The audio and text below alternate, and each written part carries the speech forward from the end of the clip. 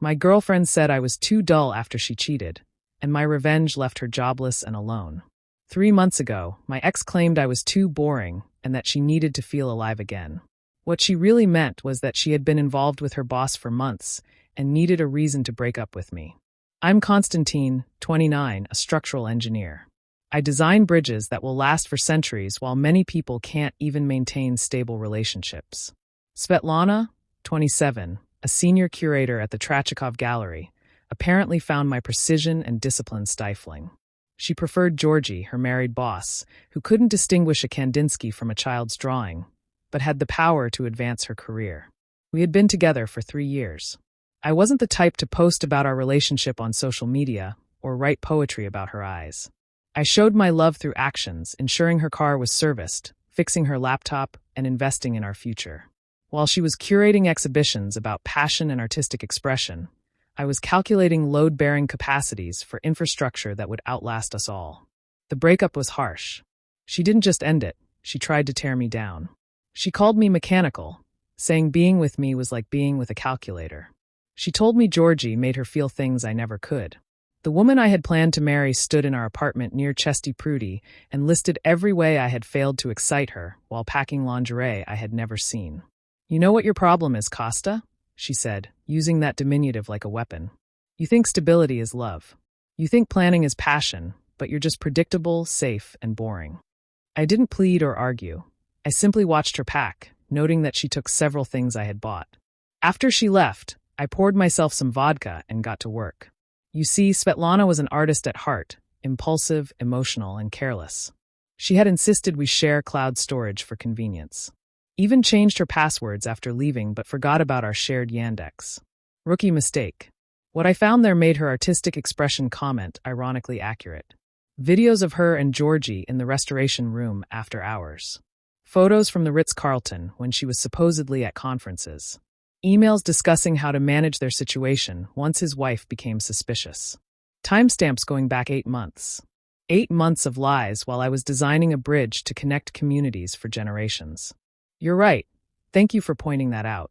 Here's a true summary that strictly preserves the original tense throughout, staying in past tense as in your original text. For 8 months, she came home to me after letting him take advantage of her. The evidence was thorough.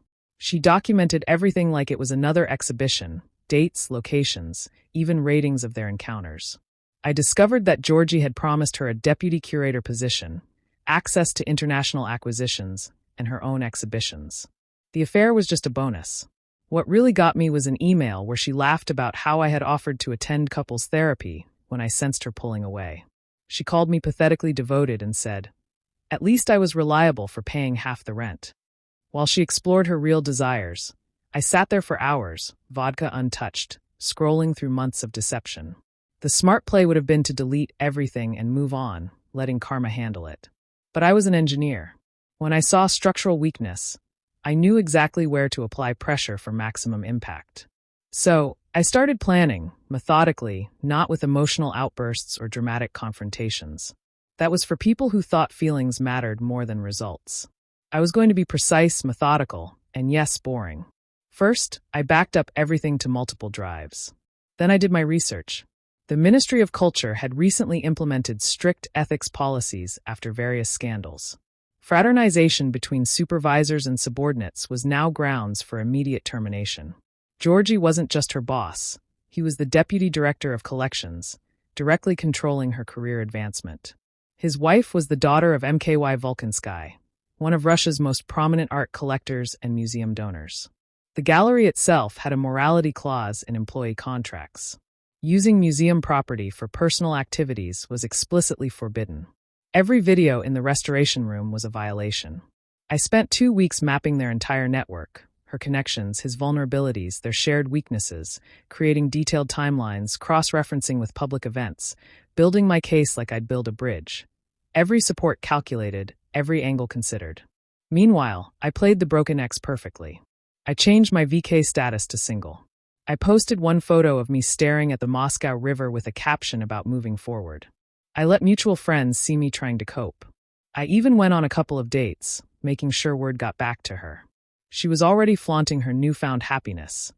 Instagram posts from gallery openings where Georgie's hand rested just a bit too low on her back. Stories about finally living authentically. Her friends commenting about how she was glowing and living her best life. Let her glow. I had 8 months of evidence that would burn brighter. The beautiful thing about being boring was that people underestimated you.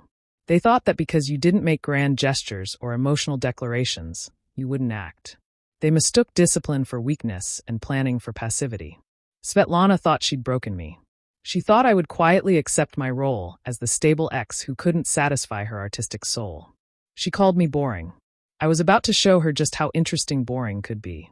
Update 1. The evidence was posted 2 weeks after the original. You wanted details? Here's what 8 months of artistic expression looked like when documented. The videos were destamped, highest quality. Svetlana had an iPhone 13 Pro. She insisted on the best camera for documenting exhibitions. Turned out she was documenting more than just art. 23 videos in total, ranging from quick encounters in the storage rooms to marathon sessions in hotels. The restoration room videos were particularly incriminating, not just because they were filmed where million-dollar paintings were stored, but because she was careless enough to let several pieces appear in the frame. A rape visible in one corner. A Shishkin sketch on the table they cleared to engage in their affair. Museum property as their personal backdrop. The photos were even worse. Georgie had a fetish for risk. He loved taking pictures of her in the galleries after hours, posing with priceless works. There was one of her topless next to a Rubloff, another bent over in front of a Levitan landscape. Each photo was geotagged, time-stamped with metadata intact. But the emails, that was where I found gold. Georgie wasn't just promising career advancement. He was actively manipulating acquisitions to benefit her, redirecting funds meant for other exhibitions to her projects, commissioning articles about her innovative curatorial vision from critics he had leverage over. Her recent success was all him pulling strings. Better yet, he was using his wife's family connections to secure international loans for exhibitions. The Vulcan Sky name opened doors at the Louvre, the Met, the Hermitage. He was trading on his father-in-law's reputation while having an affair with his subordinate in rooms housing the man's donated collection. I found budget documents showing irregularities, expense reports for research trips that matched their hotel receipts, gallery credit card statements showing charges at lingerie stores, high-end restaurants, even a jeweler, all marked as client entertainment or acquisition meetings. The timeline was meticulous. She'd started flirting with him at a donors gala in March.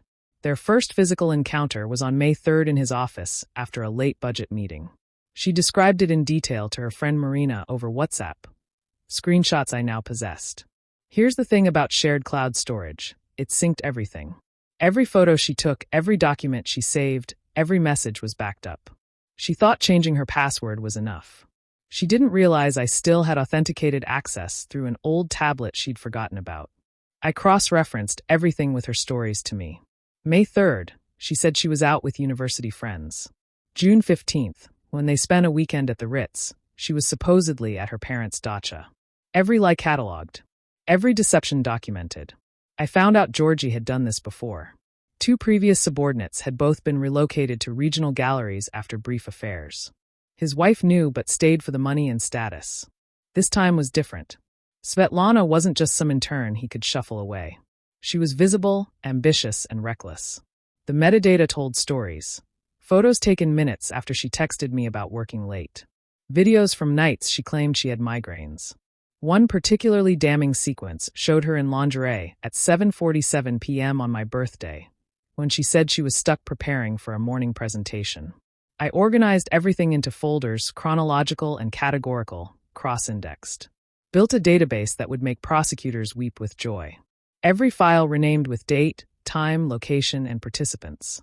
Created multiple backups, encrypted and stored separately. But I also found something unexpected. Messages between her and Marina discussing me. How I was useful for stability while she explored options. How she kept me around because I paid half the rent and fixed things. Called me her safety net while she swung toward bigger things. One message stood out. Costa is sweet, but he's so predictable. Georgie makes me feel like art. Chaotic, valuable, desired. Costa makes me feel like a utility bill. Necessary but uninspiring. A utility bill. 3 years reduced to a utility bill. I printed that one, kept it on my desk as motivation while I planned the next phase. I had found more than just evidence of an affair. I had uncovered systemic corruption, embezzlement, a violation of donor trust. The kind of scandal that wouldn't just end careers, it would trigger investigations. The Ministry of Culture had an anonymous ethics hotline. The Vulcan Sky Foundation had a board that met quarterly. The gallery had major exhibitions planned that relied on international loans contingent on their reputation. I had every angle mapped, every pressure point identified, every structural weakness in their carefully constructed lives cataloged and ready to exploit. She thought I was boring, predictable, and safe. She was right about one thing. I was predictable. When someone shows me structural weakness, I can predict exactly how it will collapse. Time to be boring as hell. Update 2, the execution. Posted 1 week after Update 1. Engineering teaches you that timing is everything. Apply pressure at the wrong moment and structures adapt. Apply it precisely when the load is heaviest and physics handles the rest. The Traits quarterly board meeting was October 15th. The Vulcan Sky Foundation review was October 20th.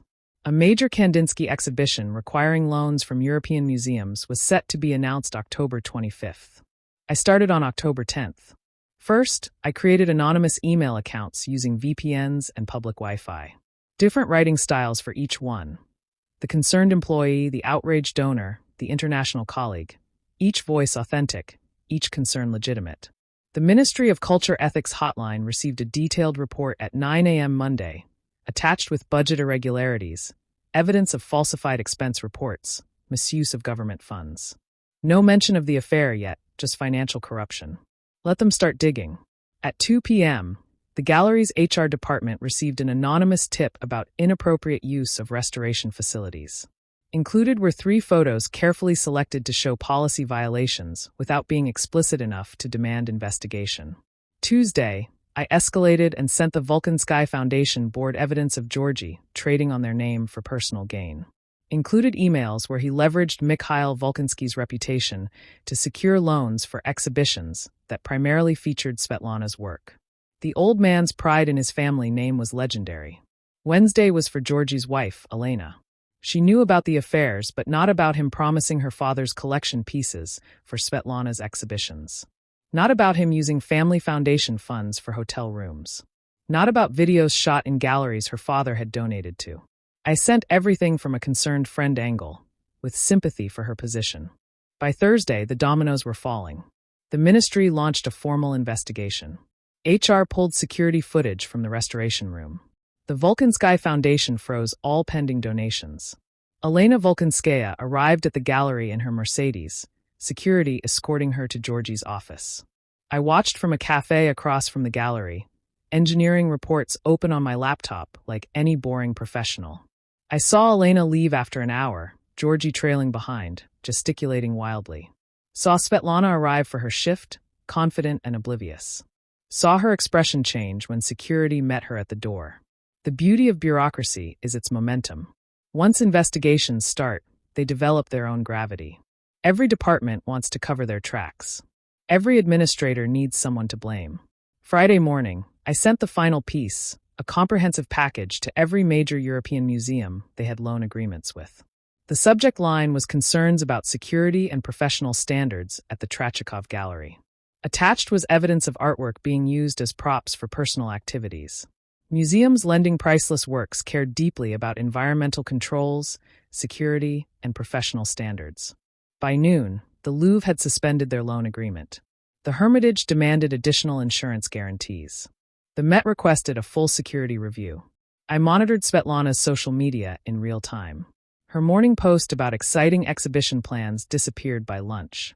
Her Instagram went private by 2 p.m. By 4 p.m., her LinkedIn showed her as a former senior curator.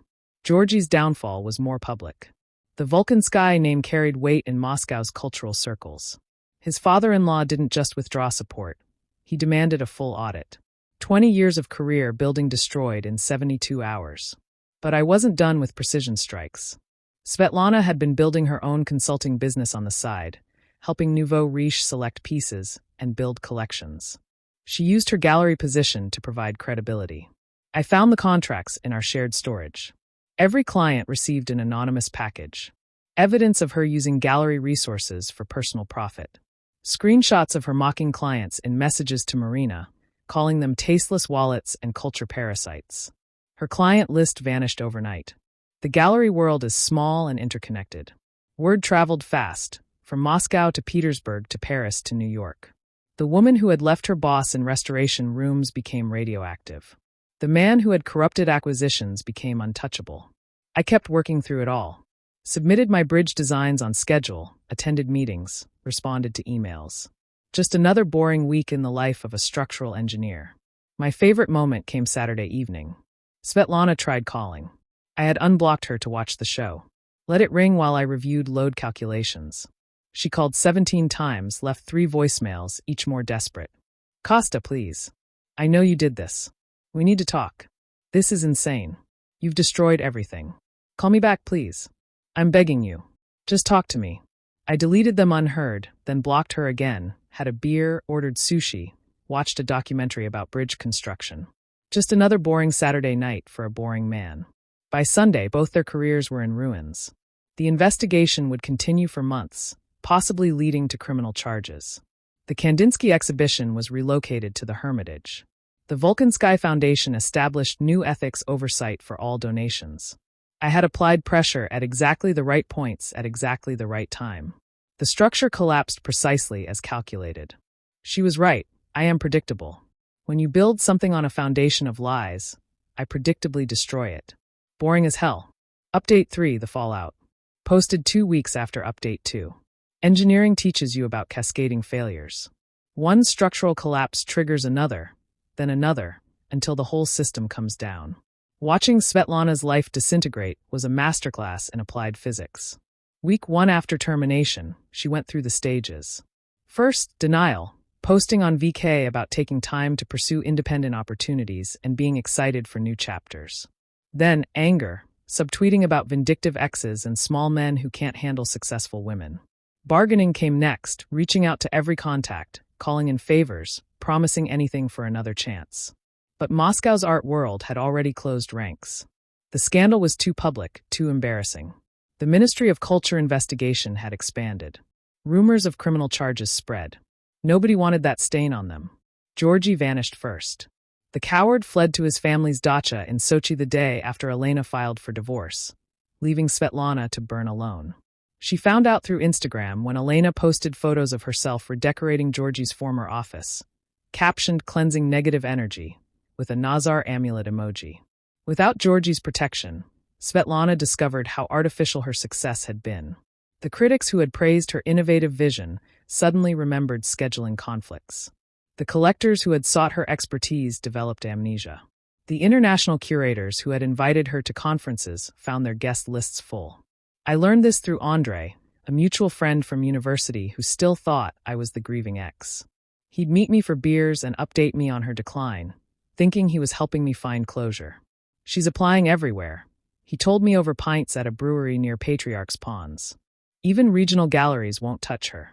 That investigation has everyone spooked.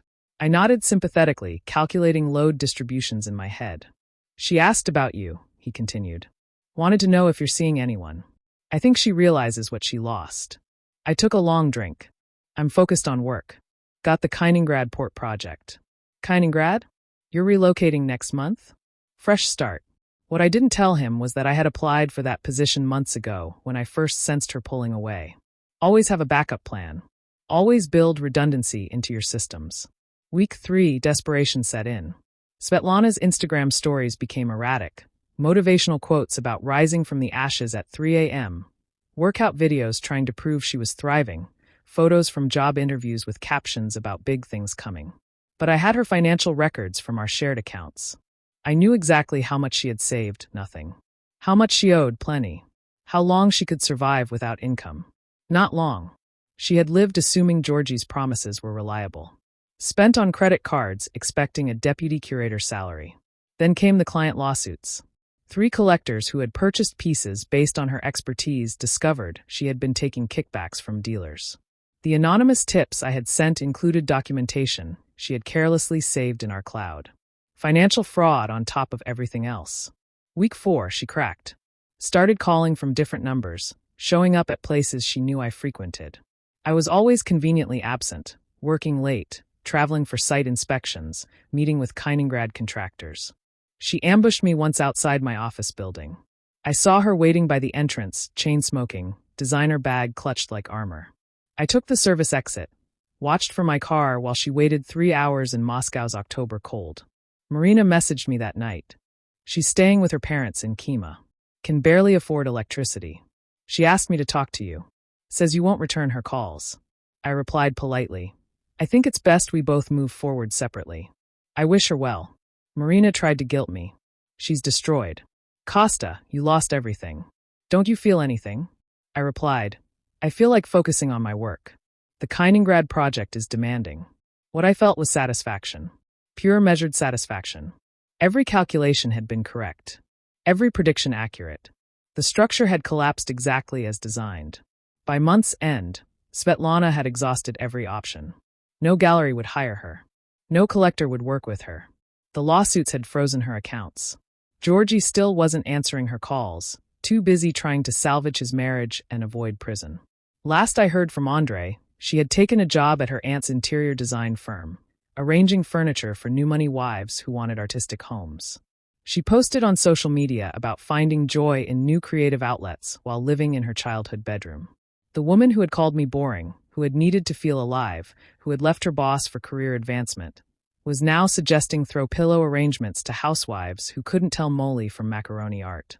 Meanwhile, I was designing a bridge that would transform Kaliningrad's port capacity, creating something that would matter for generations, building something real.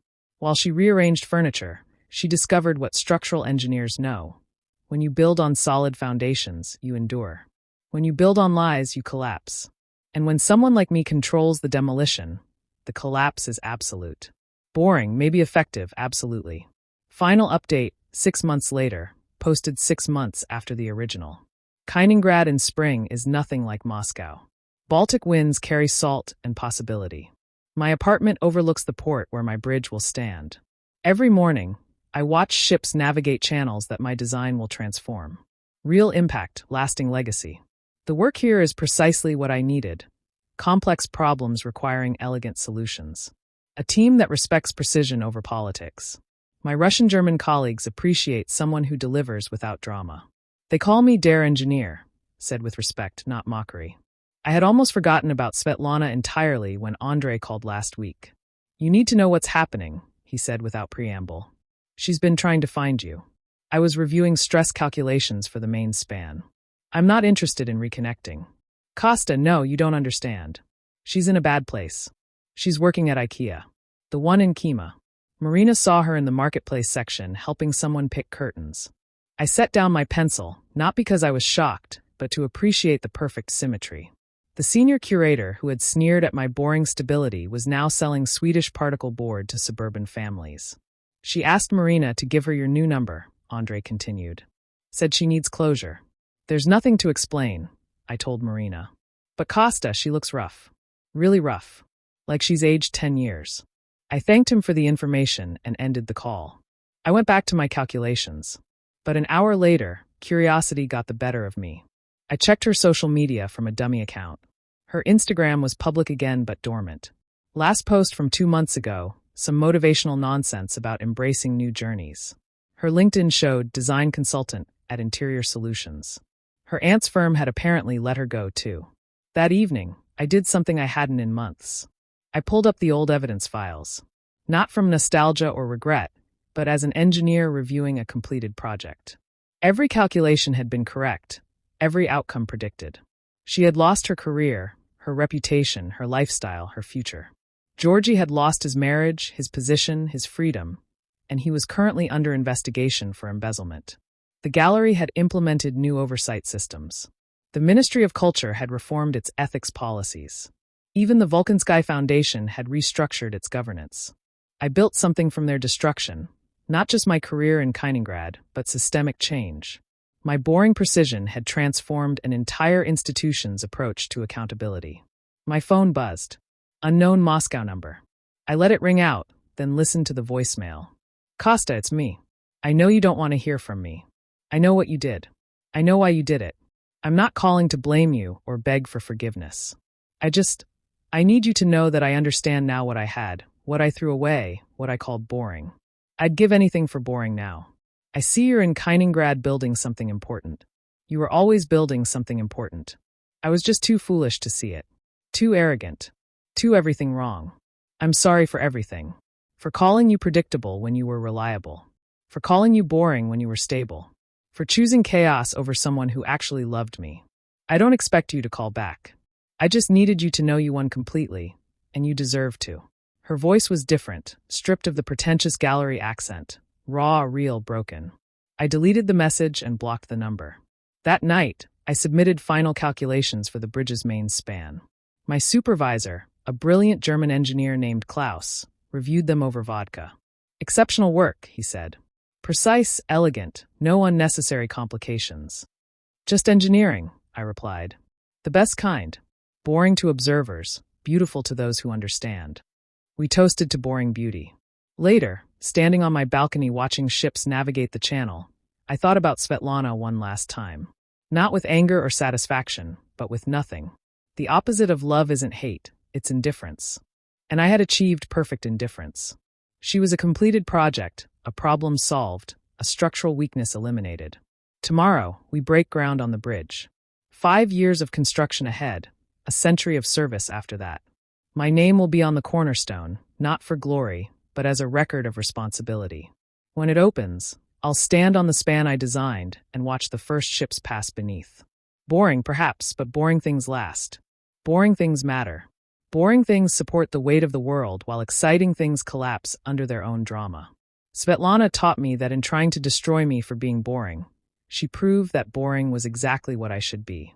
The bridge will stand long after everyone forgets a curator who left her boss in a restoration room. It will serve generations while she sells furniture to people who will forget her name by dinner. That's not revenge, that's engineering. And engineering is beautifully, powerfully, eternally boring. Thank you so much for watching until the end. If you really liked our videos, please don't forget to like, share, and subscribe. Have a great day.